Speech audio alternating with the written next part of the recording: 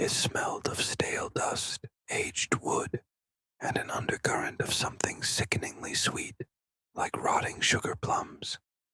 The air grew colder the deeper he ventured, and a low hum reverberated through the floorboards, as if thousands of tiny insects were trapped beneath his feet. His flashlight flickered, casting grotesque shadows that danced macabre jigs on the walls, turning ordinary furniture legs into gnarled limbs and warped boards into undulating serpents. But the worst part was the eyes. They were everywhere, blank, soulless orbs, staring vacantly from behind glass, following him silently. Porcelain faces leered with vacant smiles. Ragged cloth dolls blinked with button eyes. Even the tiniest wooden trinket perched on a shelf seemed to swivel its head and watch him pass. Felix's doll workshop was a cavern of creeping dread and despair, and Mark himself was slowly succumbing to its influence. Mark, a collector of strange curios, had always scoffed at superstitions. So when he learned of the hushed rumors surrounding old Felix and his daughter, he saw dollar signs. Felix's legendary dolls, so intricately crafted, each a masterpiece of miniature detail, had never been sold. Why? Because according to townsfolk, Felix believed every doll he made possessed a soul, and he'd found a way to trap these souls within them, condemn them to an eternity of imprisonment. But what did Felix do with such cursed dolls? What happened to them, or to him? And could the workshop still be dangerous? Now Mark was here to find out. He stood in the cramped alleyway, its narrow confines pressing in on him, the stench of rot and decay filling his nostrils. Above him, dust-caked window panes offered a blind stare. They were eyes that watched but could not see. The real horror of the doll's workshop was not in the grimy exterior or the macabre musings of its absent owner. It lay in the stories, the ones whispered by firelight and traded between fearful parents to warn their children of wandering too close to the looming structure when the moon hung low and the wind carried mournful wails. Stories of missing children, their laughter echoing one moment and snatched away the next. Some said the children had merely vanished, swallowed by the earth itself. Others claimed they'd been taken by old Felix, lured into his workshop by promises of sweets and games, only to be replaced by eerily similar dolls, whose glassy stares seemed to hold a piece of the missing children's souls. Whatever the truth, the workshop remained silent and abandoned. Felix nowhere to be seen, and the fate of his daughter a mystery as confounding as the rest.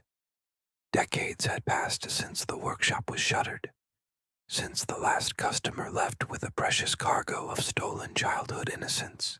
Now, finally, Mark intended to open it once more, to uncover the secrets concealed within. For Mark, this was a chance to prove the stories wrong. To him, they were mere folklore, fantastical tales meant to frighten young ears and keep them close to home. But as he stood before the heavy wooden doors, he couldn't shake off a rising tide of unease.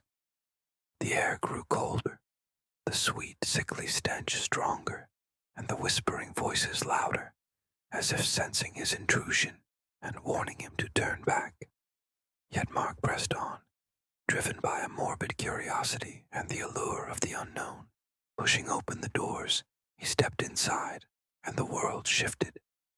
Sunlight gave way to perpetual twilight, dust motes dancing in the lone shaft of sun, piercing through a grimy window pane. Around him, thousands of eyes seemed to swivel, to track his every move, their gazes heavy with unseen weight. Mark, ever the pragmatist, dismissed the chill that crawled up his spine and the instinct to flee that screamed in his gut. With a deep breath, He stepped further into the workshop, where shadows stretched and secrets slept. The doll's workshop was a chamber of horrors. Dozens upon dozens of dolls of every shape and size stared with vacant eyes, their expressions frozen in eternal grins or vacant stares. Porcelain dolls with painted eyes sat perched on shelves, their lifeless gazes seeming to bore into him. Raggedy Ann dolls with yarn hair peeked from behind furniture, their button eyes gleaming with a disturbing light. Even simple wooden toys carved with simplistic joy seemed to writhe with malicious intent. And everywhere, countless eyes watched him, cold, empty, soulless. Each doll seemed to have a story to tell, a tale of innocence lost and childhood dreams shattered. But the quietest scream, the most terrifying of all, was the soundless vigil of thousands of eyes that followed him through the gloom, their gaze unwavering, their silence deafening. And then there were the sounds. Faint at first, like whispers on the wind, they grew steadily louder, more distinct, until the quiet workshop echoed with a cacophony of noise. The rustle of skirts, the pitter-patter of tiny feet, the murmur of voices all growing progressively louder. They circled him, taunting him, mocking him. Glass eyes glinted, porcelain faces leered, and wooden limbs twitched. Were these dolls alive, or was his mind playing tricks on him? Was he descending into madness, or was the madness already there, lurking in the shadows of the doll's workshop? In the furthest corner, he spotted a doll slumped against a wall, its back slightly askew, revealing a jarring emptiness within. Fear lent speed to his steps, and as he neared, a draft stirred, rustling the doll's dress. A small giggle echoed in his ears, sounding distressingly like a child's laughter. Mark stopped abruptly, his heart pounding against his ribs like a trapped bird. Then a soft thud resonated from the shelf above. Startled, Mark whirled around to find a small wooden doll lying on the floor, having tumbled from its perch. He stared at it, his mind racing. Had it fallen on its own, or had it been pushed? The answer, elusive, sent shivers down his spine. A gentle breeze suddenly swept through the room, stirring the dust and making the dolls dance, their empty eyes glittering with newfound menace. An inexplicable chill gripped him, pressing him forward. Something compelled him deeper into the doll's lair, urging him to uncover its dark secrets. Deeper he ventured, his flashlight's beam cutting through the oppressive gloom. Walls adorned with faded floral wallpaper closed in around him. The scent of decay intensified, mingling with the phantom aroma of sweet pastries. His mind conjured images of Felix's daughter Alara, forever 9 years old, her laughter echoing through the dusty rooms, her presence lingering like a ghost. But whose presence was it that lingered?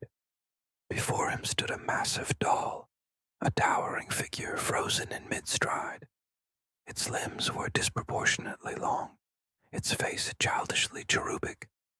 But it was the eyes that held the most terror, or rather the lack thereof. Empty sockets stared sightlessly ahead, hinting at a void deeper than any abyss. Mark felt a sudden urge to flee, a primal instinct to escape the doll's unnerving gaze. But his feet seemed rooted to the spot, anchored by an unseen force. As he reached out to touch the doll, a whisper brushed against his ear, cold as a grave. "Do not touch." As he turned, a sketchbook lay open, revealing Felix's haunting musings. Flipping through the brittle pages, Mark encountered grotesque illustrations of grinning skulls and words scrawled in frantic hand. Feverishly, he turned the page to find a drawing of a little girl, her face cherubic, her eyes shining with life.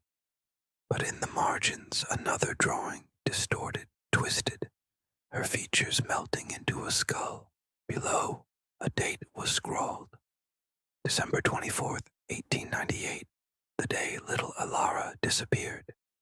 Suddenly the workshop lurched, the floor vibrating beneath him. Mark whipped around to see the massive doll swaying, its head turning ever so slightly to regard him, its empty eye sockets boring into his very soul. Then, from the corner, a small voice echoed, "Help me," it pleaded, the doll's lips moving soundlessly. Terror gripping him, Mark stumbled back, his flashlight clattering to the floor. The room plunged into darkness, save for a single shard of moonlight piercing through a grimy window pane. It illuminated a small wooden doll lying on the ground, its button eyes gleaming with an unnatural light. "Let me out," the doll rasped, its voice a grating whisper. "Let me out and I will show you the way." Mark recoiled, his mind screaming at him to flee. But something compelled him forward, a morbid fascination and a desperate hope to understand the enigma of the doll's workshop. Was this real, or some feverish dream? Was he truly conversing with a doll, or descending into madness? As he reached out to touch the doll, he felt a jolt, as if electricity surged through his veins. Startled, he pulled back to see a flash of lightning illuminate the doll's face, revealing a sinister grin beneath its tattered clothing. A wave of dizziness washed over him, and the last thing he remembered was the doll's raspy voice echoing in his ears. "You are one of us now.